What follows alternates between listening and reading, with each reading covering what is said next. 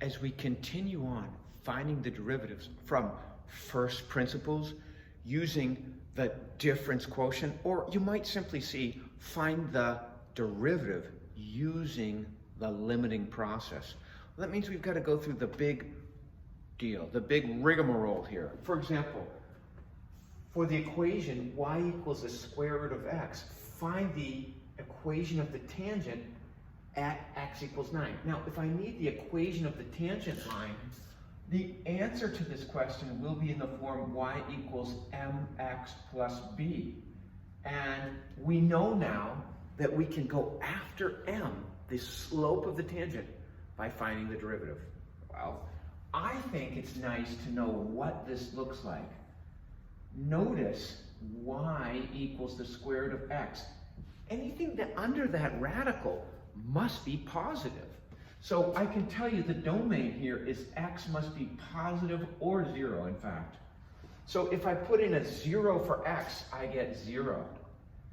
If I put in a 4 for x, I get y is 2. If I put in a 9 for x, I get y is 3. So our graph is going to look something like this, where a 4 for x gives us 2, and a 9 for x gives us 3. So the point on this graph is 9, 3. In other words, I said f of 9 equals the square root of 9, so f of 9 equals 3. This expression implies to us that when x is 9, y is 3. So I've got my point, and I'm looking here and seeing, well, the tangent line at this particular point appears to have a positive slope and a positive y-intercept. So I'm just tucking that in the back of my head, in my brain housing group somewhere. I'm expecting a positive derivative at x equals 9, and I'm also expecting a positive y-intercept. Well, we know that derivative f dash of x is found using f of x plus h minus f of x divided by x plus h minus x. That's y2 minus y1 over x2 minus x1. That's simply slope. Well, that's actually the slope of the secant. Let's find the slope of the tangent line, and we do that by the limiting process.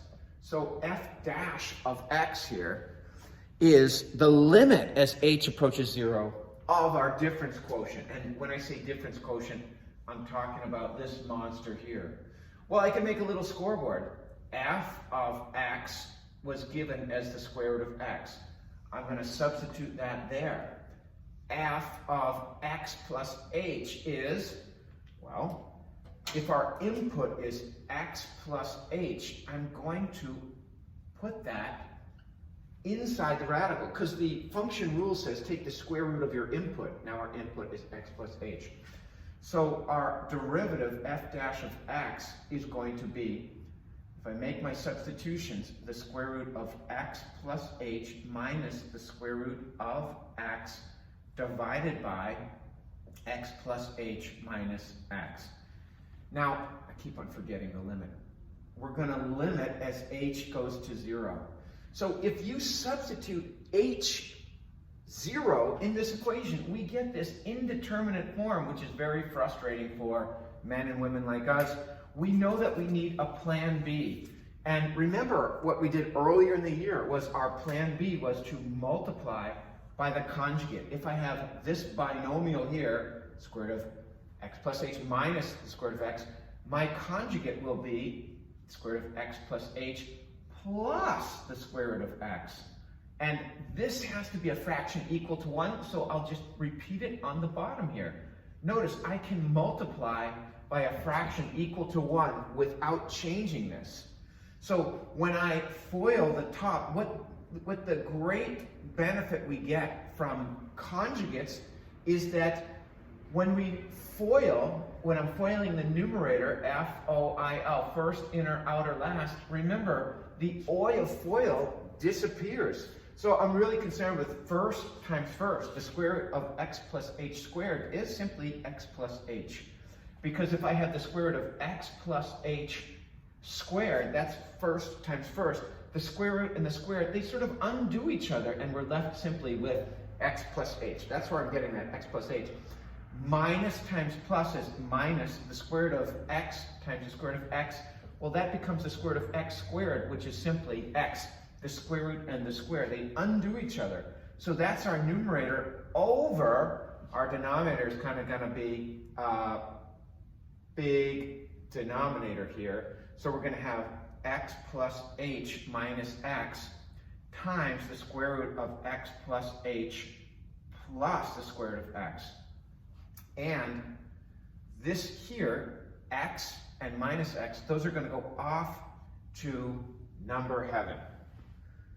Now notice, here as well, my x's will cancel. So I'm going to be left with the limit as h approaches 0 of h over h times the square root of x plus h plus the square root of x.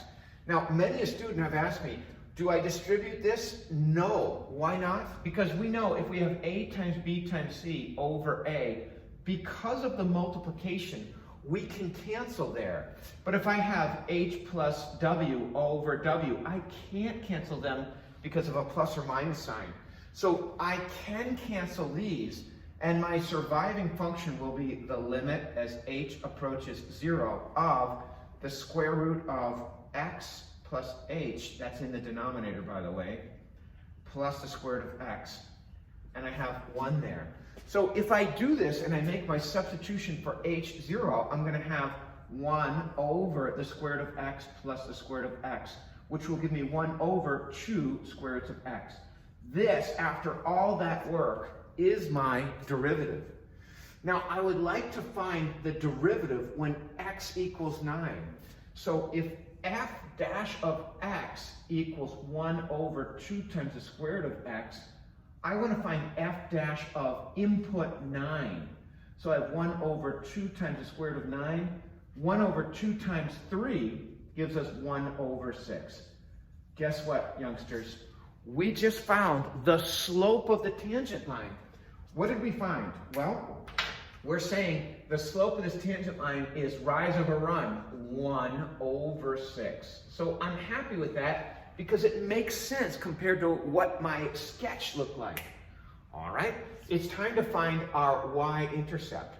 We've got this xy point here, and we've got the slope. So y equals mx plus b.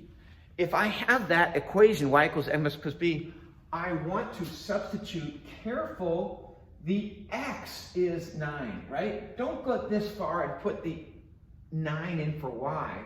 The y is 3.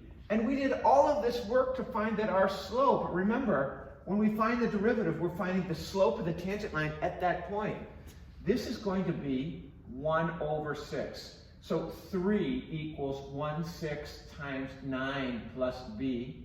So 3 equals 9 over 6 plus b. So 3 equals, 6 goes into 9 once with 3 left over. 3 over 6 is half, so 0.5. If I subtract 1.5 from both sides, I get b equals 1.5.